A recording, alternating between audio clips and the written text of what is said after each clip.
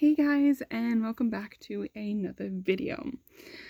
So I know I touched on this in another video, but I kind of wanted to dive kind of more into it. So I don't know how this is going to come across.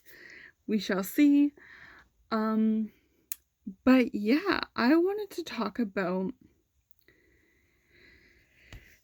kind of to the point where I kind of felt like I was crazy. So like I said, I've mentioned this in multiple videos, but I kind of wanted to dive into it. So it also ties into like why I didn't say anything, and I think why I kind of pushed everything down, but again, that did not go so well.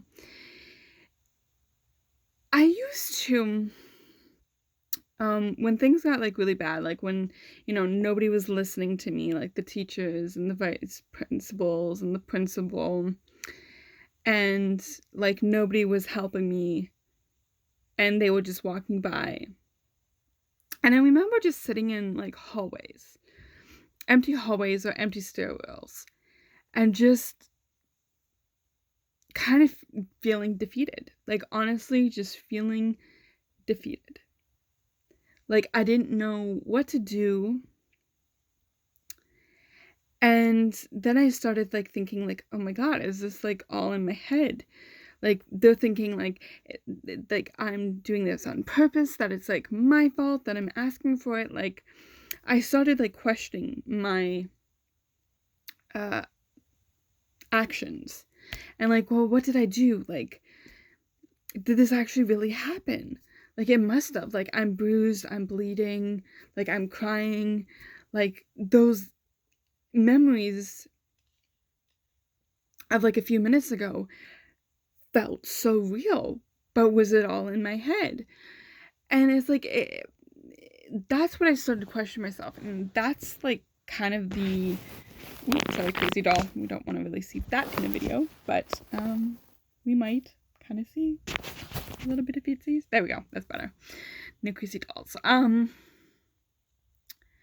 But yeah, like I honestly started thinking like, oh, this must be all in my head. Like if nobody wants to look at the cameras, if like nobody's believing me, like I don't know if this is all in my head. And so for a lot of it, I stayed. I wouldn't say all of it. I would or most of it.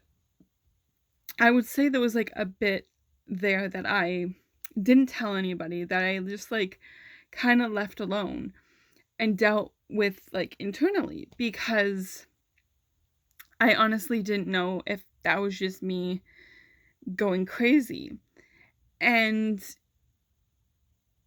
the paranoia set in. So I wanted to touch on this too. I mean, this all ties in together. So they would follow me home or follow me around the six. So like I said, that sixth member, I'm not 100% certain who it was, but like I'm pretty sure. Like he was around most of the time, he was in most of my classes, and like he hung out with them. So I'm pretty sure. Like I'm like 95% sure that this guy is like the sixth member. And when I say the paranoia and like set into, it's like they would follow me. Like my best friend knows this, because there was one time like we were walking home and like my ex was following me home. Like he wouldn't like let up until I went to go talk to him. And I was always so afraid for my family's safety.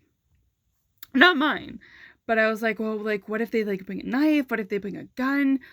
Because a few of the members did like to carry weapons around, and like I didn't know how far this was gonna go. And it's just like when I saw them like standing outside my house, like in the dead of night, and like I'm getting these like random texts and stuff, like I would literally look out my window and then like I would see them standing there, and then like the next minute like walking away. And it drove me like to think like, am I crazy? Am I seeing this all in my head? Like I'm seeing the texts, but like no, they wouldn't be this crazy. Like why does this seem so crazy? Like this just seems like so like you're making this up. it's being dramatic. Like, this doesn't happen. This happens like in movies or books and something. This doesn't happen in real life. So maybe like this is just in my head. But it's like the more and more they followed me home or around, like there would be days like I didn't go home right away. Or like I made excuses to like hang out with my best friend more. Like, oh no, just like let's hang out at the top of the street, like before you walk home. Like, let's just hang out here. Or like, can you come home with me and we'll like sit in the backyard, or like I'll just let mom know that you're coming over because she knew him from my childhood and stuff. So she knew that we weren't gonna be like doing anything like you know, any of that. And like I don't know if like my best friend could like he has said like he had no clue what was going on. And like I get it. Like I was okay with hiding this stuff, but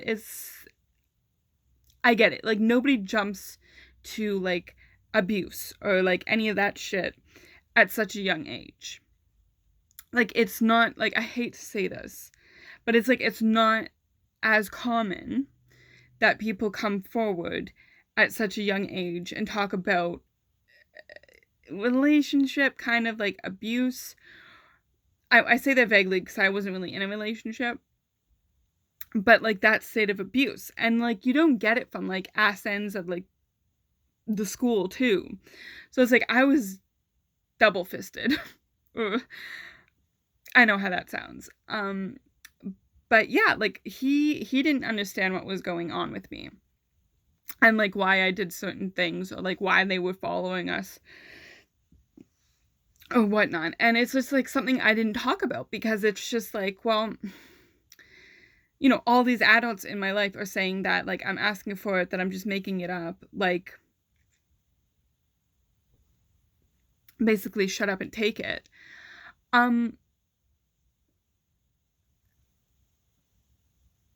I just stopped talking about it, you know? I just didn't talk about it. And yeah, you know, it ate me alive inside, and like it turned me to like cutting off my hair, going blonde, you know. Yeah.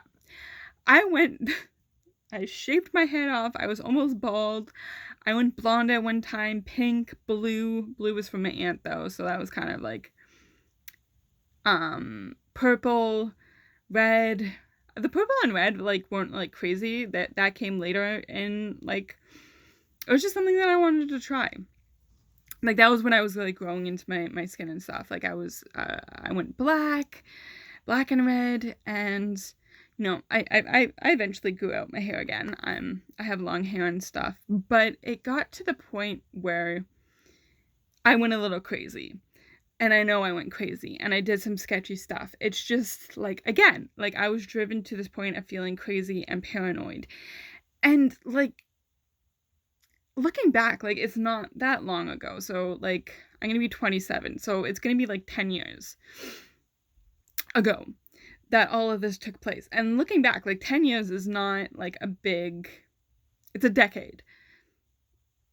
10 years is a decade. And like going back, and it's like thinking like it's not a long time, but it is a long time. Like that is a long time to mature and grow and deal. But thinking back, like my parents raised me to be like strong-willed, you know, independent, and like, you know, that I wouldn't put up with that shit.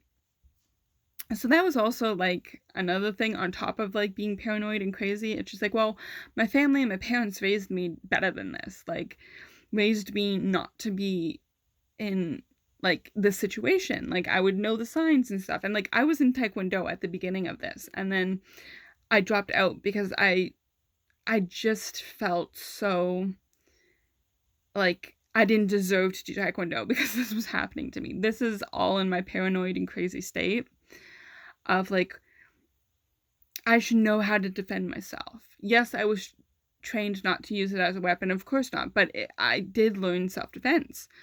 But like it wasn't enough, and like I just felt like I didn't deserve to do taekwondo anymore. And that caused a whole lot of situations because, like, I had to cover up bruises and stuff. And, like, I could get away with it when I was doing taekwondo. Like, oh, it happened in sparring or whatever. But after that, it changed. And so, again, so that added to, like, my crazy and paranoid state of, like, these guys were stalking me, I was being abused by them, the adults in the school weren't helping me, I had no safe place. Sure, I had a safe place with my family, but then again, I destroyed my relationship with my brother, because of, like, it started with me not showing up for his prom, but little did I know what was going on. If you guys haven't checked that video out, it is my prom. And I explained what happened there. And, like, I broke my relationship with my brother. I know that for a fact. Like, sure, like, he was busy with school and his friends and other stuff in his life. Sure, we didn't communicate. And, yeah, you know, some of that's on him, too. Like, he is the older sibling. But most of it was on me. I was shut down because I was so paranoid. And I wasn't the nicest daughter. I know that. And I know how this sounds like, oh, I'm beating myself up. I'm just stating the fact and taking responsibility for my actions. Like, I know I wasn't in a good state of mind. I know that now. And I know that in my broken state of paranoia and craziness, that, yeah, I did some sketchy stuff, which is, you know, ruined some relationships. And a part of that was, like, I didn't deserve nice things. Like, I didn't deserve a nice family. I didn't deserve nice friends. Like, again, I know how that sounds, but in that paranoid, crazy state, that's what, you know, I was thinking. That I, you know, was basically trash. And again, I know how this sounds, that, like, I'm beating myself up. No, I'm just stating the fact of this is how it was back then. I'm not saying that I am now. I'm just saying this is my state of mind, right? Because, again, I was told by the school, you know, my family was disappointed in me. I was a disappointment to, like, the school and my family, and, like, I was just a bad human being, right? So I, in a way, began to start to believe that. And, again, also, in my crazy paranoid state, it was also, yeah, I didn't deserve nice things. Again, this was my thinking back then. But also kind of like a way to protect them, because it's like, well, they don't need to know all this stuff, because, again, like, I didn't know, you know, if this was all in my head, because I know how crazy all of this sounds. And there would be nights where I did not sleep because I was afraid that they were going to come into my room. Like, they would climb up the house, because mine is, like, 2 stories. So it's, like, the main top floor and then the basement, so I guess 3, but, you know, whatever. And, like, they would, like, get into my room and something would happen. Like, that's how paranoid I got. And, like, I would fucking walk, like, an extra 5K home, because I walked home, because the school wasn't that far. But, like, I would do some, like, if I wasn't with my best friend, I would do some sketchy shit walking home. Like, take all these random ass paths and try to get home safely. And, like, I was always afraid that I was going to get jumped, or, like, and there was a few times that shit did happen. And, you know, they would hide in bushes and shit, and, like, I would stay in the most open areas if I wasn't with anybody. Walk in the most open areas and just try to, like, haul ass. There'll be times I walked near the road, open fields, like, it was crazy. Again, I know how it sounds, but again, in this state of mind of mine was just paranoia and craziness. And at a young age, that can really do some damage. Looking back, of course it did some damage. And, you know, me believing that I was, like, garbage and that I was a disappointment, like, I just want to go back in time and hug myself and be like, I love you. Um, and you are loved. But I just, like, honestly, and so that's why I pushed it down for so long and not really talking about it, because it's like, first of all, who would believe this was happening? Like, who would actually believe this? This sounds, again, out of a book, out of a movie, made up. This sounds like fiction.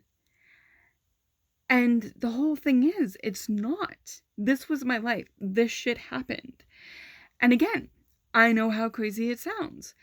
And that was like the balance of like, this sounds crazy. Like, who would actually believe this? And the whole thing is, my voice was never respected. It was never heard. It was always them. They always believed them. Their voice was heard. Mine wasn't. And it kind of got to the point of like, well, you know, again, who would believe me? They would just come out of the woodworks and destroy me. And like say I was crazy. They used to call me psycho. That I was the crazy whore. And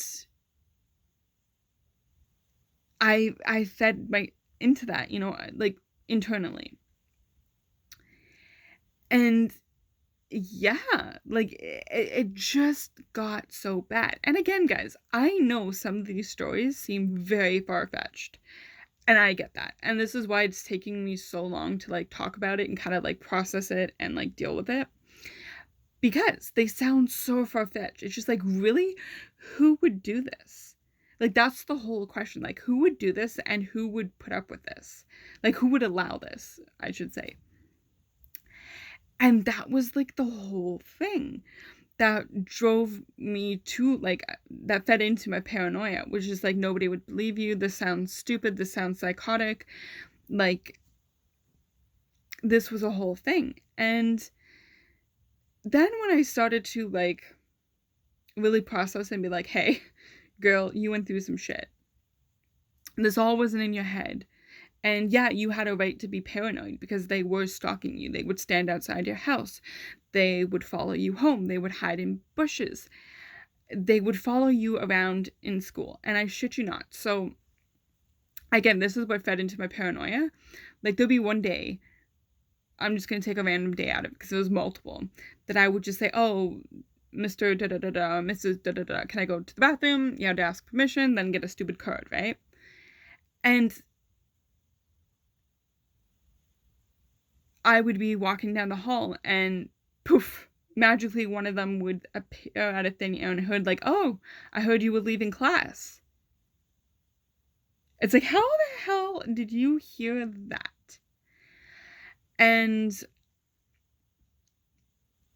again, paranoia, right? So they would follow me in school. They would follow me home, hide in bushes, stand outside my house. Like, this got really, really psycho. I know, it made me feel like a psycho, like I was psychotic.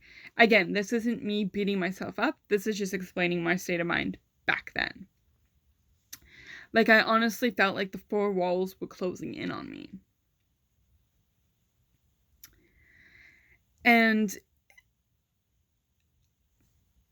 that's what made me feel so alone for so long. And like I said, when I started processing this and being like, this does sound like far-fetched.